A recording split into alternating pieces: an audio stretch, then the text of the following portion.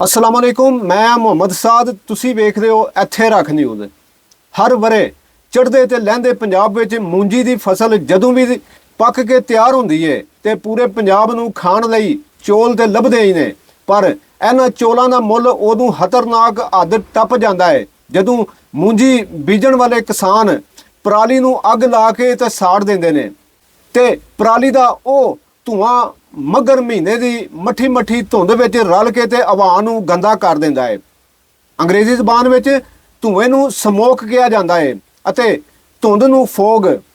ਜਦੋਂ ਇਹ ਦੋਵੇਂ ਇਕੱਠੇ ਹੋ ਜਾਂਦੇ ਨੇ ਤੇ ਇੱਕ ਨਵਾਂ ਨਾਮ ਸਾਹਮਣੇ ਆ ਜਾਂਦਾ ਹੈ ਜਿਹਨੂੰ ਅੱਜ ਕੱਲ ਸਮੋਗ ਕਿਹਾ ਜਾਂਦਾ ਹੈ।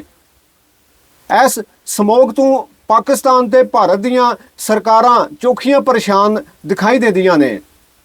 ਚੜ੍ਹਦੇ ਪੰਜਾਬ ਵਿੱਚ ਪਰਾਲੀ ਸਾੜਨ ਵਾਲੇ ਕਿਸਾਨਾਂ ਉੱਤੇ ਪਰਚੇ ਦਰਜ ਕਰਕੇ ਕਈ ਕਿਸਾਨਾਂ ਨੂੰ ਗ੍ਰਿਫਤਾਰ ਵੀ ਕੀਤਾ ਗਿਆ ਹੈ। ਫਿਰ ਵੀ ਕਿਸਾਨ ਪਰਾਲੀ ਬਾਲਣ ਤੋਂ ਨਹੀਂ ਮੁੜਦੇ।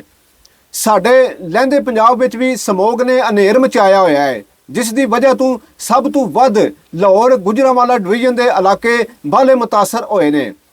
ਲਹਿੰਦੇ ਪੰਜਾਬ ਵਿੱਚ ਪਰਚੇ ਗ੍ਰਿਫਤਾਰੀਆਂ ਦੀ ਖਬਰ ਤੇ ਸਾਹਮਣੇ ਨਹੀਂ ਆਈ ਪਰ ਪੰਜਾਬ ਸਰਕਾਰ ਵੱਲੋਂ ਕੁਝ ਅਨੋਖੇ ਕਦਮ ਜ਼ਰੂਰ ਚੁੱਕੇ ਜਾ ਰਹੇ ਨੇ ਜਿਨ੍ਹਾਂ ਵਿੱਚੋਂ ਇੱਕ ਕਦਮ ਇਹ ਚੁੱਕਿਆ ਗਿਆ ਕਿ ਲਾਹੌਰ ਸ਼ਹਿਰ ਵਿੱਚ ਮਸਨੂਈ ਬੱਦਲ ਵਸਾਏ ਜਾਣ ਦੇ।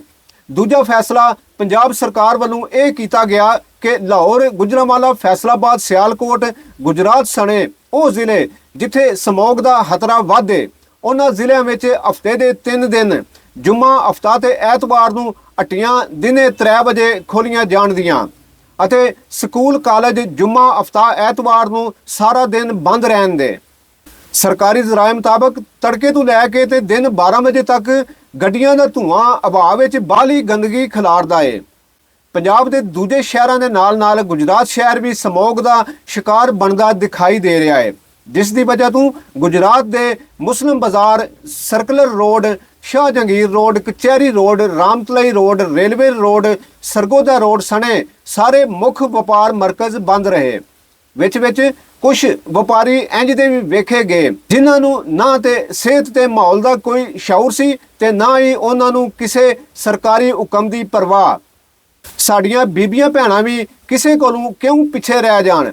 ਸਰਕਾਰ ਵੱਲੋਂ 3 ਦਿਨ ਪਹਿਲਾਂ ਤੋਂ ਜਾਰੀ ਕੀਤੇ ਗਏ ਹੁਕਮ ਦਾ ਪਤਾ ਤੇ ਕਾਵਾਂ ਨੂੰ ਵੀ ਲੱਗ ਗਿਆ ਪਰ ਸਾਡੀਆਂ ਬੀਬੀਆਂ ਭੈਣਾਂ ਨੂੰ ਨਹੀਂ। ਉਹਦਾ ਅੰਦਾਜ਼ਾ ਤੁਸੀਂ ਇਹ ਵੀਡੀਓ ਵੇਖ ਕੇ ਤੇ ਆਪ ਹੀ ਲਾ ਸਕਦੇ ਹੋ।